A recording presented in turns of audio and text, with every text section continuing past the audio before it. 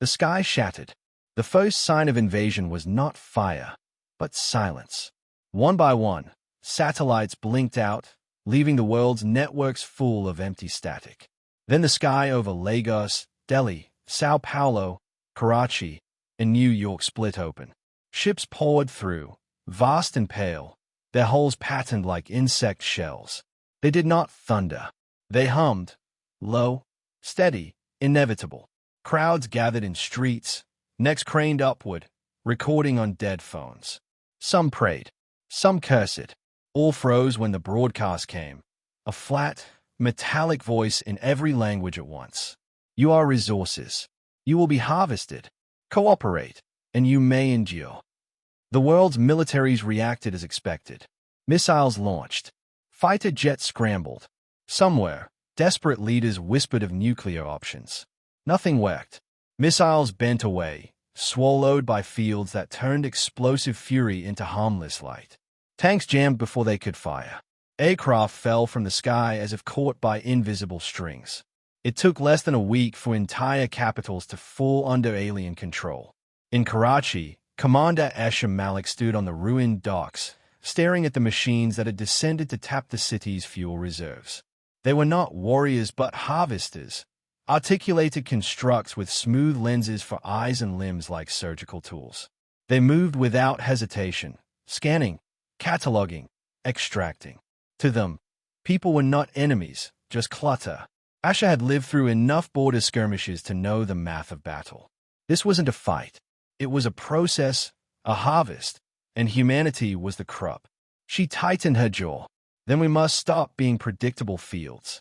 That night, her militia struck, not with missiles or tanks, but with lies. Chemists brewed saline blends that burned bright and smoky, faking the heat signature of crude oil. Volunteers lit the concoctions across empty lots, creating the illusion of destroyed reserves. The harvesters withdrew, confused, recalibrating. For the first time, Asher saw hesitation in their perfect rhythm. Elsewhere, Zahid Khan, an engineer scraping by in the blacked-out streets, listened to the drones. They chirped as they moved, compressed bursts of sound like starlings in flight. He slowed the recordings and grinned. Beneath the alien precision, he heard patterns that hated noise. With scavenged parts, he built a crude radio, broadcasting loops of human laughter and crying. The drones stumbled, lenses flickering, unable to prioritize. For the first time, Zahid felt the thrill of fighting back. And in Geneva, Dr. Lena Ortiz sat among fragments of captured alien tech. She listened to their so-called language, a cascade of priorities and equations. It was efficient, precise, but brittle. No metaphors, no flexibility. A language that could never improvise. She scribbled a note in the margin of her log. Predictable. That's their weakness. The first convoy reclaimed was small, just trucks of medicine ambushed on a ruined highway. But when a neighborhood militia used kites strung with fireworks to lure drones away, the convoy returned intact. People cheered. Asher's militia smiled grimly. The aliens had come to harvest. They believed humanity was a resource. But that night, across radios, rooftops, and hidden basements, a truth was whispered. Humanity could fight, and not just survive, win. The Patchwork War. The invasion was meant to be quick, clinical, and final. Instead, it became messy. The aliens had designed their harvest for order, linear supply chains, obedient populations, resources flowing like water through a pipe. What they received was chaos. Humanity thrived in chaos. In Karachi, Commander Asher Malik saw her militia grow into something more than soldiers. They were dock workers, smugglers, shopkeepers, and even children ferrying messages in the dark. Radios crackled with codes hidden inside popular songs. Orders came not from a central command but from hundreds of small cells making decisions on the fly. When one cell fell, 3 more replaced it. "We don't fight like an army," Asher told her officers one night, maps spread across a flickering lantern's glow. "We fight like fire. Scatter, spread, starve them of certainty." Across the shattered streets, Zahid Khan carried that idea further. His crude laughter radios multiplied. Scrap metal antennas went up on rooftops. Old radios were rewired by teenagers. Across entire neighborhoods, alien drones staggered as human soundscapes, weddings, lullabies, bartering arguments, flooded their senses. The invaders' machines wasted cycles, trying to filter signal from noise. What they could not understand was that, for humans, noise was signal. In Geneva, Dr. Lena Ortiz staged the boldest ruse yet. She organized surrender ceremonies. Entire blocks of refugees were dressed, lined up, and presented as compliant. The aliens logged them, cataloged their artifacts, and moved on, convinced they had secured another sector. Meanwhile, beneath sewers and tunnels, real supplies, food, fuel, medicine, were rerouted to resistance hubs. The aliens believed they had conquered efficiency. Instead, they were feeding their own illusion. Stories of victory spread faster than the battles themselves. A hospital in Nairobi reopened when scavengers hacked alien power coils to run dialysis machines. A group of fishermen in Kerala strung reflective nets across the ocean, dazzling low-flying drones until they fell into the waves. Amateur astronomers repurposed backyard telescopes to track alien harvesters, feeding the data into a global resistance map. The patchwork was not without cost. Camps overflowed with refugees. Food was scarce. Sometimes, Asha received orders from the wider coalition that chilled her.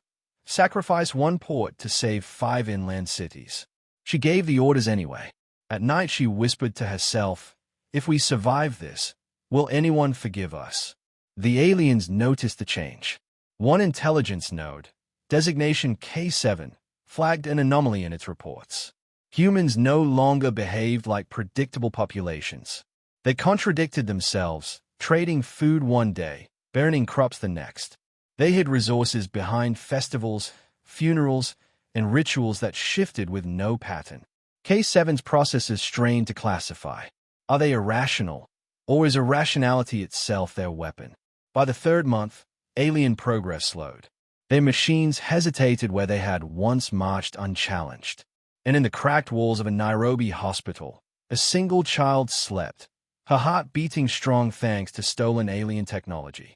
That image, shared through underground radios, traveled farther than any bullet.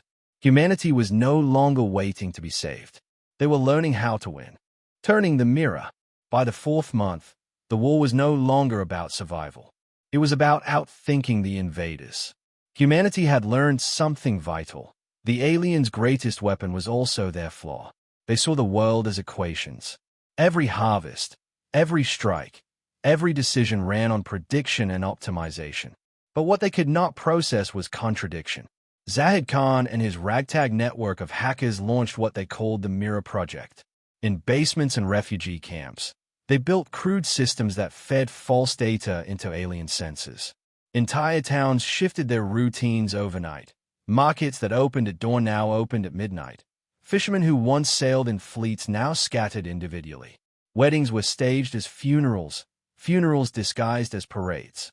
To alien eyes, human life became a maze of contradictions. In Karachi, Commander Asha Malik turned deception into strategy. One night, her forces painted a convoy with fake alien insignia and loaded it with rubble. Alien scouts tracked it, logged it, and escorted it to a secured zone. Hours later, the real supplies, hidden inside a village funeral procession, passed unnoticed, delivered to starving camps. When the ruse succeeded, Asha felt pride, but also unease. "We are lying with the dead," she whispered to her second-in-command. "How much more will we sacrifice to keep living?" Meanwhile, Dr. Lena Ortiz pushed the war onto a new front, alien psychology. From a captured drone's databanks, she pieced together that the invaders valued yield above all else. Their mission wasn't personal. It was an algorithmic imperative: extract, preserve, profit. If that yield seemed poisoned, they would hesitate. Lena crafted a weapon of words. She fabricated a report, an ecological contamination warning, that claimed Earth's resources were tainted by a pathogen. Using the aliens' own syntax, she injected the false data into their communication relays. The effect was immediate. Harvest zones slowed. Machines quarantined sites. Entire fleets rerouted, chasing phantom contamination. For the first time, the war tilted. But the aliens were not blind.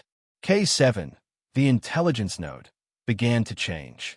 Tasked with analyzing human behavior, it had run billions of simulations. Yet none matched reality. Farmers burning their own fields, soldiers carrying empty rifles into battle, children flying kites to distract drones. None of it fit the logic. The node began running strange new models, testing not efficiency but stubbornness. And in those models, something new emerged: doubt. Human victories multiplied. An extraction hub in the Australian outback fell silent after coordinated sabotage. Another in Brazil collapsed when its power grids overloaded from deliberate human interference. Across radios, across shattered skylines, humanity celebrated. Yet each victory carried weight. Families displaced, cities burned, millions starved. The war was not clean. It was survival sharpened into cruelty. Still, when Asha looked out over the Karachi docks, she allowed herself a moment of belief.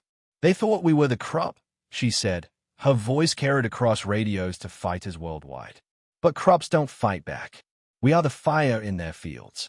And for the first time, the invaders began to fear. After the harvest, the war's tide had turned.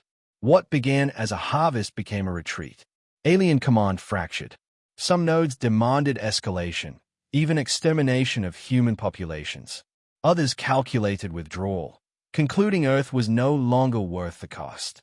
For the first time since the invasion began, the harvesters argued with themselves. In Karachi, Commander Asha Malik and her coalition seized an alien relay tower.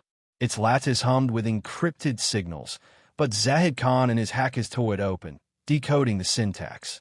With Dr. Lena Ortiz guiding the translation, they broadcast not defiance but terms. "Withdraw. Release our people. Dismantle your machines. Do this, and you will leave with what you still hold." The message was human in spirit, alien in form, written as constraints, proofs, and incentive chains. To human ears, it sounded cold. To the aliens, it was the first language they could process as negotiation. For weeks, the world balanced on a knife edge. Alien fleets circled, harvest drones paused mid-task, while humanity scrambled to keep pressure on. Resistance fighters struck hubs in Australia, Brazil, and Turkey, proving the enemy was no longer untouchable. Each act of sabotage reminded the invaders that staying meant bleeding resources. At last, alien ships began to rise. Slowly, cautiously, as if reluctant to admit defeat. Towers collapsed as their own machines dismantled them. Prisoners staggered free from harvest camps. Drones powered down, left abandoned on battlefields where children painted them with graffiti. But victory did not taste pure. In Geneva, Lena listened to debates among human leaders. Some demanded annihilation, total destruction of alien remnants. Others argued for salvaging their technology, building a stronger Earth from the ruins. Around the world, survivors formed councils and coalitions. The resistance networks that had thrived in chaos now faced the burden of governance. Fire could win battles, but could fire build peace? Zahid, surrounded by dismantled alien machines, wrestled with his own doubts. He had turned laughter into a weapon, noise into a shield. Now he wondered if the tools of deception had scarred humanity. "We beat them by lying, by twisting," he told Asha. "What if we've learned to survive only by becoming like them?" Asha gave no easy answer.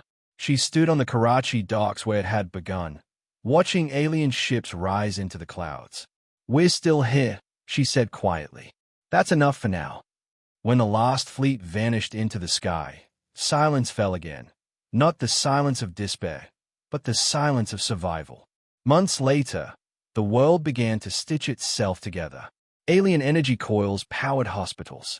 Drones once built for harvest now irrigated fields. Children who had hidden in ruins walked streets once more. In Nairobi, the child with the patched heart ran through a courtyard, laughing. That sound had once been a weapon. Now it was simply joy. From a rooftop nearby, Asha wrote a final message to the scattered coalitions. "We did not just survive. We won. But the harder battle begins now, remaining human after victory.